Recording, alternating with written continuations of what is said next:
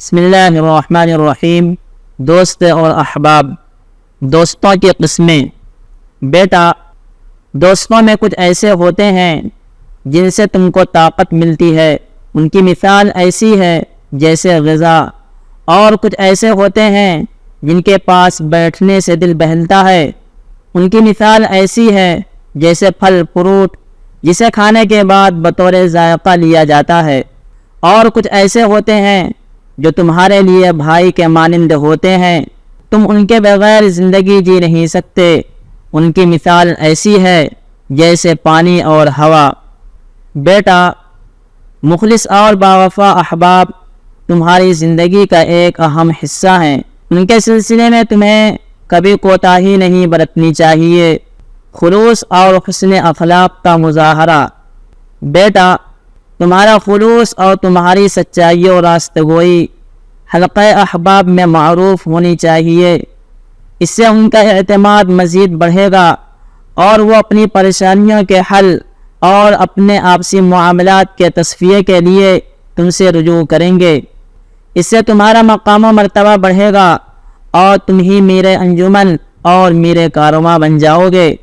بیٹا، تمہیں اپنے اخلاق و کردار سے حلقہ احباب میں نمایاں ہونا چاہیے، لہذا دوستوں سے خندہ پیشانی سے ملو، انہیں خوش رکھا کرو، انہیں اپنے سے لگایا کرو، ان کی مدد کیا کرو، خوشی میں انہیں مبارکباد پیش کرو، غمی میں ان کی تعزیت کرو اور ان کا حوصلہ بڑھاؤ۔ وہ راہ حق سے پھسلنے لگیں تو تم نرمی سے ان کو صحیح بات بتاؤ۔ زندگی دین و دنیا دونوں کا نام ہے، لہذا دونوں پہلوؤں پر توجہ دینے کی عادت بناؤ، اسلام ہمیں یہی سکھاتا ہے۔ بیٹا، جو دوست نیکی کے کاموں میں تمہارا معاون بنے، مثلا تم سے ملنے آئے تو اسے یہ خیال رہے کہ اس کی وجہ سے تمہاری نماز با جماعت نہ چھوٹے، کسی نے اپنی کسی ضرورت کے لیے تم سے وقت لے رکھا ہو تو وہ اپنی وجہ سے اس میں تاخیر نہ ہونے دے، ایسا دوست نہایت قابل قدر ہے، اس کے لیے اپنا دل کھلا رکھو۔ اگر یہ دوست کبھی اتفاق سے یوں ہی بار بار اندر باہر ہو، اسے تو تفریح کی سوجھی ہو اور تمہیں تو اپنے کام کی پڑی ہو، تو اسے بٹھا لو اور محبت کی باہیں اس کے لیے کھول دو۔ بیٹا، دوستوں سے محبت کا اظہار کیا کرو، دل میں چھپائے نہ رکھو، تم اگر ان سے خلوص و محبت کا اظہار کرو گے تو وہ بھی تم سے خلوص و محبت کا اظہار کریں گے، اس سے دلوں کو مسرت ہوگی۔ بیٹا، جو بھی تمہارے ساتھ صلح اور مصالحت کا برتاؤ رکھے، تم بھی اس کے ساتھ صلح اور مصالحت کا معاملہ رکھو۔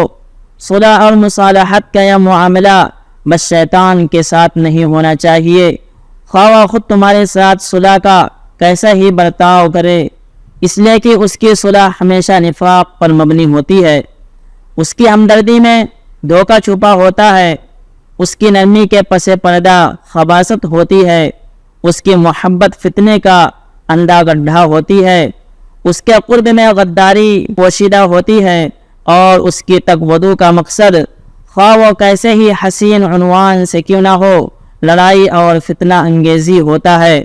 بیٹا، اگر تمہارا کوئی ساتھی تم سے کسی مسئلے میں بات کرے تو اس کی باتوں کو ہلکے میں نہ لو، ہو سکتا ہے کہ اس کی بات معقول اور بجا ہو، اسی طرح پوری بات سنے بغیر تردید کرنے میں جلدی نہ کرو، ہو سکتا ہے کہ وہ کوئی ایسی بات کہنے جا رہا ہو جس سے تم ابھی تک ناواقف ہو۔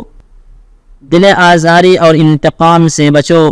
بیٹا، احباب کے ساتھ ہمدردی اور مہربانی کا رویہ رکھو، نرمی اور رواداری کا برتاؤ کرو، ان میں سے کسی کے دل کو ٹھیس نہ پہنچاؤ، کسی کے احساس کو زخمی نہ کرو۔ اگر ان میں سے کسی میں کوئی بے ڈھنگا پن ہے تو ایسوں کو تماچا مارنے والوں کی کمی نہیں ہے، تم تو کم از کم اس کے ساتھ ایسا معاملہ نہ کرو، بدن زخمی ہو جائے تو اس کا ایک نقصان ہے، لیکن اگر دل یا احساس زخمی ہو تو دوہرا نقصان ہوتا ہے، اس لیے کہ ایسے زخم سے دل کے ساتھ جسم بھی متاثر ہوتا ہے۔ بیٹا، اپنے کسی یار کو اس کے کسی نامناسب حرکت پر کبھی اگر روک ٹوک کرو تو لب و لہجے کو نرم اور شائستہ رکھو اور بس اس سے آگے ہرگز نہ بڑھو۔ بیٹا، اپنے کسی دوست کے لیے دل میں نفرت اور انتقام کے جذبات ہرگز نہ رکھو۔ وہ جیسا بھی ہو مسلمان ہے اور مسلمان ہونے کے ناطے تمہاری ہمدردی کا مستحق اور تمہارے لیے قابل احترام ہے۔ اس کی غلطیوں کے بارے میں یہ سمجھ لیا کرو کہ وہ دین سے ناواقفیت یا انجام سے بے خبری کا نتیجہ ہیں۔ پاک باطن، کشادہ دل، بردبار اور باوقار بنو۔ احباب کی ناسمجھی کی باتوں پر صبر کرو، ان کی لغزشوں سے درگزر کرو۔ قصوروں کو معاف کر دینا اور لغزشوں سے درگزر کر جانا بڑی پیاری ادا ہے۔ یہ پاکیزہ اخلاق دوستوں میں جس قدر عام ہوں گے اتنا ہی ان کے اندر خلوص اور محبت بھی عام ہوگی۔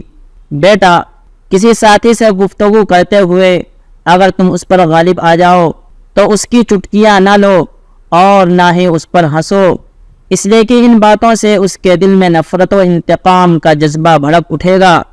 اسے آزادی دو، ٹھنڈے دل سے سوچنے اور سمجھنے کا موقع دو۔ اس نے اگر تمہاری بات سن کر خاموشی اختیار کر لی یا کوئی دوسری گفتگو چھیڑ دی تو اس کا مطلب ہے کہ وہ تمہاری بات سے مطمئن ہے۔ پھر اور کیا چاہیے؟ تمہاری جو آرزو تھی وہ تو پوری ہو گئی۔ خوش اسلوبی سے کنارہ کش ہو جاؤ۔ بیٹا، جو ساتھی تمہیں بھروسے کے قابل نظر آئے، ایک مرتبہ، 2 مرتبہ، 3 مرتبہ اس کی لغزشوں کو نظر انداز کرو، لیکن لغزشیں اگر بار بار ہونے لگیں تو کوئی سخت بات کہہ کر اس کے احساس و شعور کو زخمی نہ کرو، بس خاموشی اور خوش اسلوبی سے اس سے کنارہ کش ہو جاؤ۔ ضروری نہیں کہ جان بوجھ کر وہ تمہیں پریشان کرنے کا ارادہ رکھتا ہو سکتا ہے کہ اس کی یہ لغزشیں لاپرواہی اور بے فکری کا نتیجہ ہوں، اس لیے کہ بہت سے لوگ ایسے ہوتے ہیں جو اپنی طبیعت اور مزاج کے اعتبار سے لا ابالی ہوتے ہیں۔ بیٹا، اگر تمہیں اپنے احباب کے بارے میں یہ محسوس ہو کہ جب تم ان سے کبھی دین کے بارے میں باتیں کرتے ہو تو وہ تمہاری باتوں کو کوئی حیثیت نہیں دیتے ہیں بلکہ الٹے اس کی تحقیر کرتے ہیں، تو کچھ دنوں تک ان کے اس تکلیف دہ رویے پر صبر کرو۔ پھر تمہیں اگر محسوس ہو کہ ان کی سرکشی بجائے کم ہونے کے بڑھتی جا رہی ہے تو ان سے علیحدہ ہو جاؤ اور ایسے لوگوں کو دوست بناؤ جنہیں دیکھ کر اللہ یاد آ جائے اور بندگی و طاعت کے کاموں میں تمہیں ان سے مدد ملے۔ بد کردار سے دور رہو۔ بیٹا، جو شخص اللہ کے حقوق کی ادائیگی میں کوتاہ واقع ہوا ہو اس سے محتاط رہو، اس کے قریب نہ بھٹکو۔ جسے اللہ کے حقوق کی پرواہ نہ ہو اسے تمہارے اور عام لوگوں کے حقوق کی پرواہ کب ہوگی؟ ایسا شخص اگر گناہ کے چھوٹے چھوٹے کاموں میں مبتلا ہو تو اس کی اس عادت کو معمولی نہ سمجھو، اس لیے کہ چھوٹے گناہ کشا کشا آدمی کو بڑے گناہوں تک پہنچا دیتے ہیں۔ چنانچہ جو شخص عورتوں پر بری نظر ڈالنے کا عادی ہو ایک نہ ایک دن وہ شیطان کے دام فریب میں آ کر عورتوں کے جال میں بھی پھنسے گا اور اپنے واقعات سنا سنا کر تمہیں بھی عورتوں کے چکر میں ڈالے گا۔ اسی طرح جو شخص بھپتیاں کسنے اور لوگوں کا مذاق اڑانے کا عادی ہو وہ تمہیں بھی معمولی سمجھے گا اور موقع بے موقع تم پر اپنی برتری کا اظہار کرے گا، اور جو شخص غیروں کے طور و طریق کو اپنی زندگی میں اپنائے گا وہ خود بھی سنت کی زندگی سے دور ہوگا اور دوسروں کو بھی دور کرے گا۔ لہذا عافیت اسی میں ہے کہ ایسے لوگوں سے الگ رہا جائے تاکہ ان کے ضرر سے حفاظت رہے۔ بیٹا، جس شخص کی نظر میں دین کی اہمیت نہ ہو، دین کو معمولی سمجھ کر اس کا کھلواڑ کرتا ہو، تو یہ سمجھ لو کہ یہ شخص حیا سے عاری، شرافت و آدمیت کے جوہر سے تہی مایا اور زندگی کی اصل ذمہ داریوں سے بیگانہ ہے۔ ایسے شخص سے بس دوری ہی بہتر ہے۔ بے فائدہ اور بری صحبت سے بچو۔ بیٹا، جن کے پاس تم بار بار آتے جاتے ہو اگر ان سے تمہیں کسی طرح کا کوئی فائدہ نہ ہو، نہ علمی، نہ اخلاقی اور نہ مالی، تو ایسے لوگوں کے پاس آنا جانا چھوڑ دو اور آمد و رفت کا سلسلہ ایسے لوگوں کے ساتھ شروع کرو جن سے تمہیں دینی یا دنیاوی نفع ہو۔ اسی طرح تمہارے پاس جو لوگ آتے جاتے ہیں، اگر تمہیں ان میں شرافت، علم اور صلاح و اصلاح کے آثار نظر نہ آتے ہوں تو ان سے بھی خوش اسلوبی کے ساتھ الگ ہو جاؤ۔ بیٹا، اگر تم اہل کفر کے ملک میں جاؤ گے تو ان کے غیر اسلامی رہن سہن اور غیر اسلامی کلچر سے متاثر ہوئے بغیر نہیں رہو گے۔ اگر برے لوگوں کے ساتھ اٹھنا بیٹھنا رکھو گے تو ان کی برائی کی چھیٹوں سے اپنے دامن کو بچا نہیں پاؤ گے۔ اگر گمراہی اور بے راہ روی کے شکار لوگوں کی صحبت اختیار کرو گے تو ان کے گمراہ کن خیالات کی گندگی سے اپنے ذہن و دماغ کو محفوظ نہیں رکھ پاؤ گے، اس لیے کہ ان کی مجلسوں میں گمراہ کن چیزوں کو زندگی کی ضرورت بتا کر بار بار اس طرح پیش کیا جاتا ہے کہ آدمی کسی نہ کسی مرحلے میں اس کی ضرورت کا قائل ہو ہی جاتا ہے اور اسے قبول کر لیتا ہے، اور یہ بھول جاتا ہے کہ اس کے دین میں اس چیز کا اس سے بہتر متبادل موجود ہے جس میں دین و دنیا دونوں کی سلامتی ہے۔